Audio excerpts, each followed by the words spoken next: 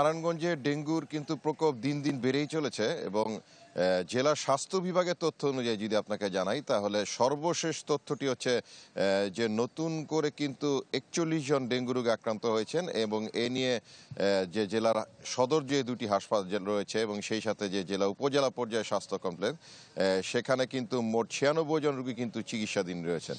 আর মৃতর খবর যদি জানাই, যেহেতু অবস্থা যদি গুরুত্বপূর্ণ রোগীদের হয়ে থাকে তাহলে কিন্তু তাদেরকে আর নারায়ণগঞ্জে রাখা হয় না, রাজধানীতে কিন্তু তাদের উন্নত চিকিৎসার জন্য দেওয়া হয় এবং এ কারণেই কিন্তু জেলা স্বাস্থ্য বিভাগের তথ্য অনুযায়ী কিন্তু কোনো মৃতের সংখ্যা নারায়ণগঞ্জে নেই। তো এই ক্ষেত্রে যে সাধারণ নাগরিক যারা রয়েছেন তাদের কিন্তু একটি অভিযোগ রয়েছে যে আসলে যথাযথ যে কর্তৃপক্ষ রয়েছে, সিটি কর্পোরেশন, জেলা প্রশাসন,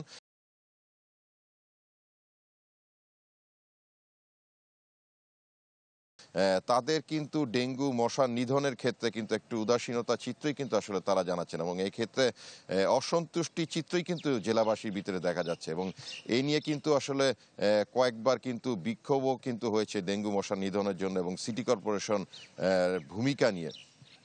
তো তারা যেটি বলছেন যে আসলে এডিস মশা নিধনের জন্য যে দৃশ্যমান পদক্ষেপ সেটিকে যেন খুব দ্রুত নারায়ণগঞ্জের বাসী দেখতে পান বা নেওয়া হয়, তাহলেই হয়তো বা দ্রুত ডেঙ্গু মশা নিধনের ক্ষেত্রে একটি সন্তোষজনক ব্যাপার কিন্তু নারায়ণগঞ্জে দেখা যাবে।